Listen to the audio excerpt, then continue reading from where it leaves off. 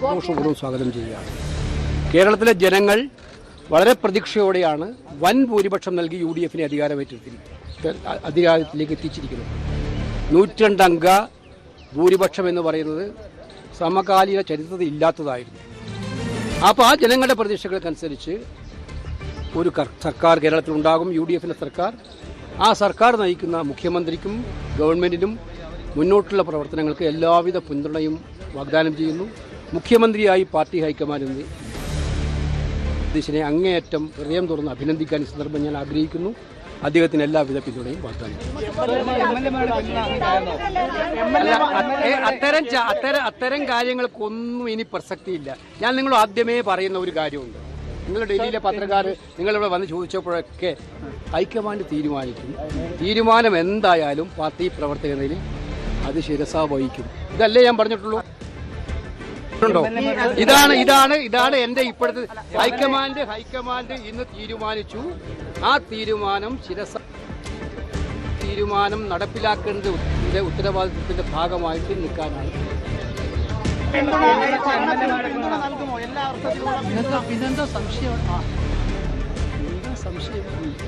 ഞാൻ അടിയുറച്ച കോൺഗ്രസ്സുകാരനാണ്. ജീവിതത്തിൽ ഞാൻ പറയാറുണ്ട്, മുമ്പേ പറയാറുണ്ട്, എന്താണ് ഏറ്റവും വലിയ ആഗ്രഹം എന്ന് ചോദിച്ചപ്പോൾ ഞാൻ പറയാറുണ്ട്, ത്രിവർണ്ണ പതാക പുതപ്പിച്ച് മരിക്കണം എന്നാണ് ആഗ്രഹം. അത് തന്നെ ഇപ്പോഴും ഞാൻ പറയുന്നു. അതിനകത്ത് ഗവൺമെൻറ് എല്ലാവിധ പിന്തുണയും കൊടുക്കും. അത് മുന്നോട്ട് പോകുന്നതിനുള്ള എല്ലാ സഹായങ്ങളും എൻ്റെ ഭാഗത്തുണ്ടാവും. മുതിർന്ന പദവിയിലേക്കൊക്കെ വരും എന്ന വാഗ്ദാനവും മറ്റും ഉണ്ടോ? അങ്ങനെയൊക്കെ കേൾക്കുന്നുണ്ട്. അല്ല, അത്തരം പ്രശ്നങ്ങൾക്കൊന്നും മറുപടി പറയേണ്ട കാര്യമില്ല. ഞാൻ പറഞ്ഞു, ഇത് പല സംസ്ഥാനങ്ങളിലും ഇത്തരം തീരുമാനങ്ങൾ പ്രഖ്യാപിക്കുന്ന ആളാണ് ഞാൻ. നിങ്ങൾക്കറിയാമല്ലോ, കർണാടകത്തിലായാലും തെലങ്കാനയിലായാലും ഹിമാചലിലായാലും ഇത്തരം തീരുമാനങ്ങൾ പ്രഖ്യാപിക്കുന്നവരാണ്. കേരളമായതുകൊണ്ടാണ് ഞാൻ പ്രഖ്യാപനത്തിൽ മാറിയുന്നത്.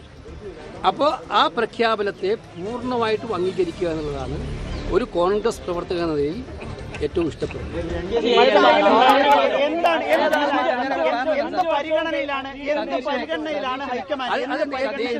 നേതൃത്വം എല്ലാ വശങ്ങളും ആലോചിച്ചിട്ടായിരിക്കും തീരുമാനമെടുത്തിട്ടുണ്ടാവുക. നേതൃത്വത്തിന് പല പാരാമീറ്റേഴ്സും ഉണ്ടാവും തീരുമാനമെടുക്കാൻ. ആ തീരുമാനമെടുക്കുന്നതനുസരിച്ച് അവർ ആ തീരുമാനമെടുത്തു. അല്ല, ആ തീരുമാനം അനുസരിച്ചിട്ട് അവർ തീരുമാനമെടുക്കും എന്നുള്ളതിന് പക്ഷേ അങ്ങനെ എടുത്തിരിക്കുന്നത്.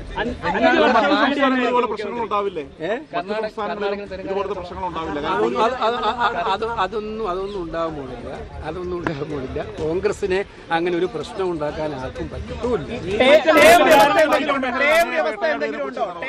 അല്ല, അതിപ്പം വേട്ടയാടിനെ കുറിച്ചൊന്നും ഞാൻ പറയുന്ന അതൊക്കെ എനിക്ക് പ്രത്യേകിച്ചിട്ട് പാർട്ടിക്ക് ഉപരിയായിട്ടുള്ള ഒരു ഇമേജ് ഉണ്ടാക്കാൻ. പാർട്ടിയാണ് എനിക്കെല്ലാം. പാർട്ടിക്ക് ഉപരിയായിട്ടുള്ള ഇമേജ് ഒന്നും ഞാൻ ശ്രദ്ധിക്കാറുമില്ല. പാർട്ടി പ്രവർത്തകന് വേദന ഉണ്ടാകുമ്പോൾ എൻ്റെ മനസ്സും വേദനിക്കും. പാർട്ടിക്ക് ബുദ്ധിമുട്ടുണ്ടാകുമ്പോൾ എനിക്ക് വേദന. ജനങ്ങളും പാർട്ടിയോടൊപ്പം നിൽക്കാൻ എന്നും ആഗ്രഹിച്ചിട്ടുള്ള ഒരു പ്രവർത്തകനാണ് ഞാൻ. അതുകൊണ്ട് എന്നെ അങ്ങനെ സൈബർ ഇടങ്ങളിലൊക്കെ ആക്ഷേപിച്ചിട്ടുണ്ടെങ്കിൽ അത് ഞാൻ സഹിച്ചോളാം. അതിനകത്തെന്താ? അതൊക്കെ തന്നെ കേരളത്തിൽ ഞാൻ ഇന്ന് തുടങ്ങിയതാണോ രാഷ്ട്രീയം? കഴിഞ്ഞ 10-45 വർഷമായില്ല. ഒരു സുപ്രഭാതത്തിൽ മുളച്ചു വീണതാണോ? എത്രയോ വർഷങ്ങളായിട്ട് എന്തെല്ലാം പ്രവർത്തനങ്ങൾ നടത്തിയിട്ടാണ് ഞാൻ ഇതുവരെ എത്തിയിരിക്കുന്നത്. അപ്പോൾ അതുകൊണ്ട് എവിടെയെങ്കിലും വെച്ച് ശക്തമായിട്ടുള്ള കടന്നാക്രമണങ്ങൾ ഉണ്ടാകുമ്പോൾ ആ കടന്നാക്രമണത്തിൽ ഭയന്നോടുന്നവരാണ് നമ്മളെല്ലാം. ആക്രമിക്കട്ടെ, ഇനിയും ആക്രമിക്കട്ടെ. അവർക്ക് ആക്രമിക്കുന്നവർക്ക് അത് സധൈര്യം തുടരാം. പക്ഷെ എന്റെ തീരുമാനം വളരെ ക്ലിയർ ആണ്. പാർട്ടിയാണ് വലുത്, ജനങ്ങളാണ് വലുത്. ആ തീരുമാനത്തിനനുസരിച്ച് എന്റെ പാർട്ടി ലീഡർഷിപ്പിനെ കുറിച്ച് എനിക്ക് അഭിമാനം തോന്നി. മുഖ്യമന്ത്രിയാവണമെന്ന് പറഞ്ഞ് അങ്ങ് മുഖ്യമന്ത്രിയാകണം എന്ന് പറഞ്ഞ് ഫ്ലക്സ് വെച്ചവരുണ്ട്. അവരൊക്കെ ഒരുപക്ഷെ നിരാശയിലാണ്. അവരോട് എന്താണ് അങ്ങേക്ക് പറയാനുള്ളത്? അവർക്ക് എന്റെ ശൈലി അവർക്ക് നന്നായിട്ട് അടിയുറച്ച പാർട്ടിക്കാരാണ്. എനിക്ക് പറയാനുള്ളത്, ഈ തീരുമാനം അംഗീകരിക്കുന്നതിനും മുന്നോട്ട് കൊണ്ടുപോകുന്നതിനും അവരെല്ലാവരും കൂടെ ഉണ്ടാകണം എന്നുള്ളതാണ് എനിക്ക് പറയാനായിട്ടുള്ളത്. പാർട്ടിക്ക് ഉപരിയായിട്ടുള്ള ഇമേജ് കേരളത്തിൽ ഉണ്ടായതായിട്ട് കണക്കാക്കപ്പെടുന്നുണ്ടോ? അങ്ങനെ ഞാൻ പറഞ്ഞു. അല്ല, ദിവസമെങ്കിലും അങ്ങനെ ഒന്ന് കുത്തി ചോദിക്കാതെ ലീഗിന്റെ സമ്മർദ്ദം ഇല്ല, ഞാൻ പറഞ്ഞത് എനിക്ക് ഇത്രയും പറയാനുള്ളൂ. അല്ലതാ BJP ഇത്രയും നിങ്ങൾ കുറേ ദിവസമായിട്ട് നിങ്ങളിങ്ങനെ വരും, എനിക്ക് നിങ്ങളുടെ മുമ്പിൽ കാണാൻ പറ്റാറില്ല.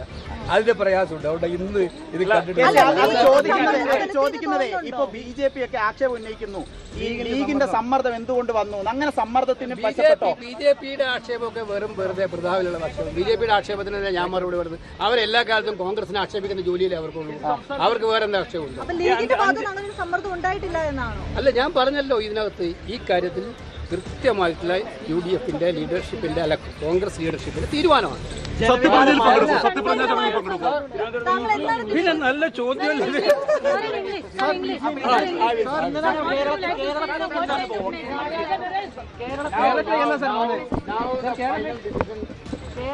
Now the final decision has come.